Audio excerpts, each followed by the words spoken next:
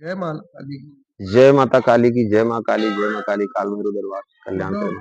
फिर एक सवाल लेके ये आए हैं कि पिछले वीडियो में आपसे बात हुई थी जिसके कारण आपने बताया था कि शिष्यों के लिए, तो अब हम ये चाहेंगे अगर जो शिष्य साधना कर रहे हैं या करना चाहते हैं, उनको सावधानियां क्या-क्या बरतनी चाहिए और कैसे करनी चाहिए? देखो, सबसे मेन चीज होती है कि साधना के पहले, हमने पीछे वीडियो में बताया भी है कि साधना के पहले साधक को साधना का मतलब समझे कि क्या होता है, और उस मतलब को समझने के बाद में पहले अपने आप को साधे। और जब अपने आप को साध लिया है, क्योंकि पीछे के वीडियो में बताया, आप देख लें। और अगर अपने आप को साध लिया है, ऊर्जित कर लिया है, थोड़ा बहुत कंट्रोलिंग आ गई आपके अंदर, तो आप अगर साधना करना चाहते हैं तो सबसे पहले आप काल भैरव बाबा की साधना करें। अगर उग्र में करना चाहते हैं तो काल भैरव बाबा की साधना करें। अगर आपने काल भैरव बाबा और माँ काली की साधना की, तो ये वो शक्तियां हैं कि आपने 41 दिन, 90 दिन, इस तरह की जो साधना पे बैठते हैं आप लोग, वो ना बैठ के, और अगर अपने पे कृपा बनाना चाहते हैं और निष्ठा भाव से साधना कर रहे हैं, तो मात्र 11 दिन में, ये मेरा वादा है कि 11 दिन आप सिर्फ माँ काली और काल भैरव की जाप करके ही देखिए। कृपा उनकी 11 दिन में ही होगी, ये मेरा दावा है। कृपा उनकी 11 दिन में ही आप पे होगी, लेकिन बस ये है कि निष्ठा भाव आपका होना चाहिए। कितनी मेहनत करके, कितने निष्ठा भाव से, पूरी समर्पण से उनकी शरण में आप पहुंचे। जब आपके अंदर पूरा समर्पण होगा तो निश्चित उनकी कृपा होगी। 11वें दिन, 11 दिन नहीं लगेंगे, आपको उनकी कृपा होते हुए नजर आएगी। तो फिर क्वेश्चन उठता है कि अगर कोई साधक भैरव जी की साधना करना चाहता है तो उसे कैसे करना चाहिए? देखो, बहुत ही सौम्य साधना है बाबा भैरवनाथ की। अब ये साधक पे डिपेंड होता है कि साधक किस तरह से उनकी साधना कर रहे हैं, सात्विक में कर रहे हैं या तामसिक में कर रहे हैं।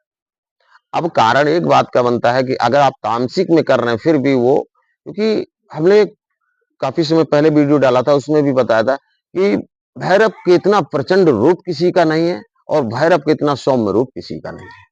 क्योंकि जब साधक बैठता है ना उनकी आराधना पे, तो जो उनके गढ़ के लोग आते हैं साधना भंग करने, उसके साथ साथ में भैरव की ऊर्जा भी आती है, वो रक्षा भी करते हैं। तो मतलब रक्षक और भक्षक भैरव बाबा दोनों दोनों ही एक हैं। साथ छोड़ देते हैं? उसका कारण है, उसका कारण एक है कि आप उनकी शरण पहुंच रहे हैं, तो निष्ठा कितनी है आपके अंदर, कितने भाव से पहुंच रहे हो।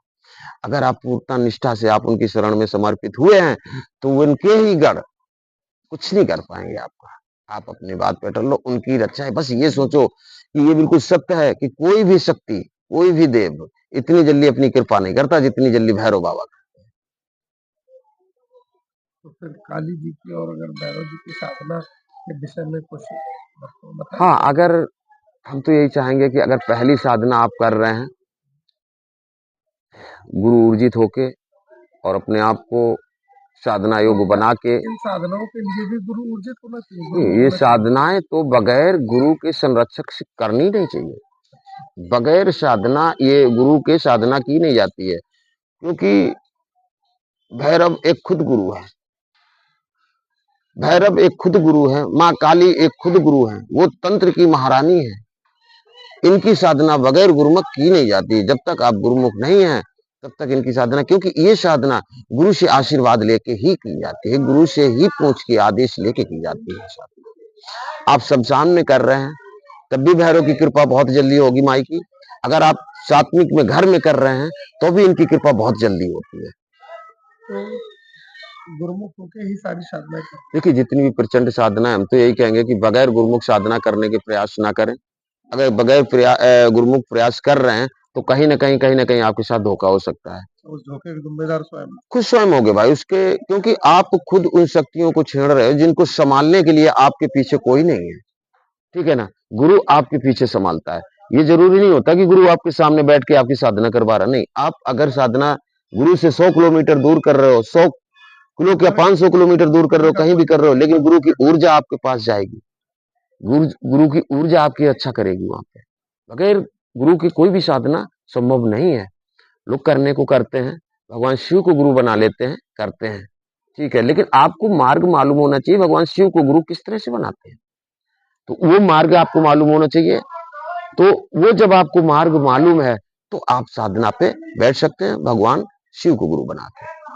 जिनके कोई गुरु नहीं है, अगर फिर भी वो साधना करना चाहते हैं जी तो बाबा भोलेनाथ को अपना गुरु इष्ट मानकर जी साधना करें, जी लेकिन उसकी रिस्क की जिम्मेदार वो स्वयं है, उसमें क्योंकि क्योंकि वो कारण एक शास्त्र होता है। बचाएगा तो नहीं, लेकिन रक्षा जरूर करेगा। देखिए, कृपा पूरी होगी, कृपा पूरी करते हैं भगवान शिव, क्योंकि महागुरु है वो, कृपा पूरी करेंगे।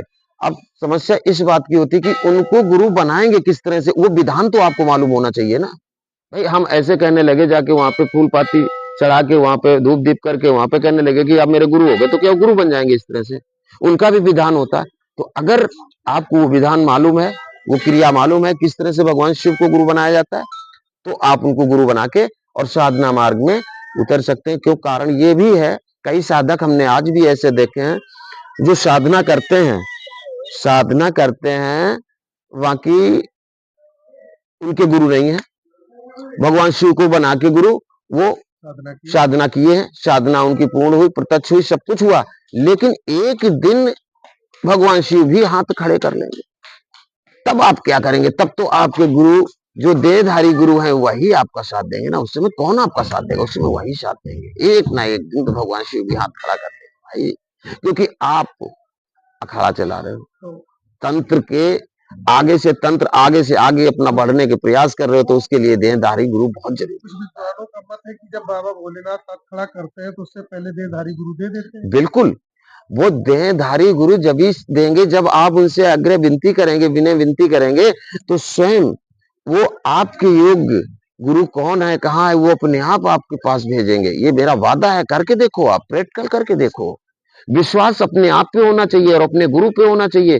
कोई काम मुमकिन ऐसा नहीं है कि जो नामुमकिन हो, सारे काम। तो अपने भक्तों को कोई साधना का नियम बताएंगे क्या? देखिए, ये तो भक्त पे डिपेंड करता है और भक्त को देख के डिपेंड करता है कि कौन सी होनी चाहिए। लेकिन मेरे थ्रू जो हम बोल रहे हैं, कि जो हमने वीडियो बना के डाले, उसके हिसाब से अगर आप चल रहे हो, तो अगर कोई रिस्क नहीं उठाना चाह रहे हो, कोई भी रिस्क उठाना नहीं चाह रहे हो, आप नए साधक हो, साधना मार्ग में नए आए हो, तो बेटा मेरी बात बहुत गौर से सुनना कि बाबा भैरवनाथ की ही साधना करना। अगर उग्र में कर रहे हो तो, सात्विक में कर रहे हो तो किसी भी इष्ट की आप कर सकते हो। उग्र में कर रहे हो तो सबसे पहले भोले भैरवनाथ की करनी है आपको साधना। जब आप भैरवनाथ की कर लेंगे साधना, इसके बाद आप किसी की भी करें। अब जिस तरह से माई आशु मेहरानी जो है, माई आशु मेहरानी कोई छोटी मोटी हस्ती नहीं है, ये प्रचंड हस्ती है, इसको रोकने वाला कोई नहीं है। इसका जो लोग बताते हैं कि मारण क्रिया में प्रचंड है, बिल्कुल सत्य है। ये सत्कर्मों में, यानी 7 विद्याओं में महारस हासिल है इनको। 10 विद्याओं में तो नहीं, लेकिन 7 विद्याओं में इनको महारस हासिल है। और ये एक शक्ति ऐसी है कि किसी पे अगर शमशान क्रिया कर दी गई हो, किसी की रोकने की क्षमता ना हो, वहां पे माई को भेजो, आप माई को भेजो, आशु मेहरानी को, ये 2 सेकंड लगेगा उस शक्ति को कैद करके ले आएंगे। 2 सेकंड में ही कैद करके ले आएंगे। ये वो शक्ति है, इनको रोकने वाला कोई नहीं है, ये वो है। हाँ, शक्ति तो प्रचंड है, लेकिन बस बात तो वहीं पे आ जाती कि इनको 52 डोर नहीं बना सकते। शक्ति इतनी प्रचंड है ये, कि ये अगर इनकी साधना आप कर रहे हैं तो इनको रोकने वाला कौन होगा? उस समय काल भैरव ही होगा ना। उस समय इनको काल भैरव ही रोकेगा, क्योंकि उनको ही ये मानेंगी, उनकी ही ये आन मानेंगी, उनकी ही शान मानेंगी, उनकी ही कैद में होंगी। क्योंकि जहां पे काशी में कोतवाल है, तो इनके इतने कितने प्रचंड वहां पे आत्माएं और शक्तियां हैं, और सबको कंट्रोलिंग में करने वाले बाबा भैरवनाथ है। आपके मुताबिक ये 52 डोरी नहीं, लेकिन 52 डोरी से कम नहीं, कम नहीं, बिल्कुल सत्य है। महामाई जो है ये कम नहीं, इसीलिए महामाई बोली जाती है। अब आप समझिए कि माई लूना देवी जो है, वो तक इनको नहीं रोक सकती, जबकि तंत्र की सम्राट है वो तंत्र की सम्राट है, तंत्र में महारस हासिल की है, लेकिन वो तक इनको नहीं रोक सकती।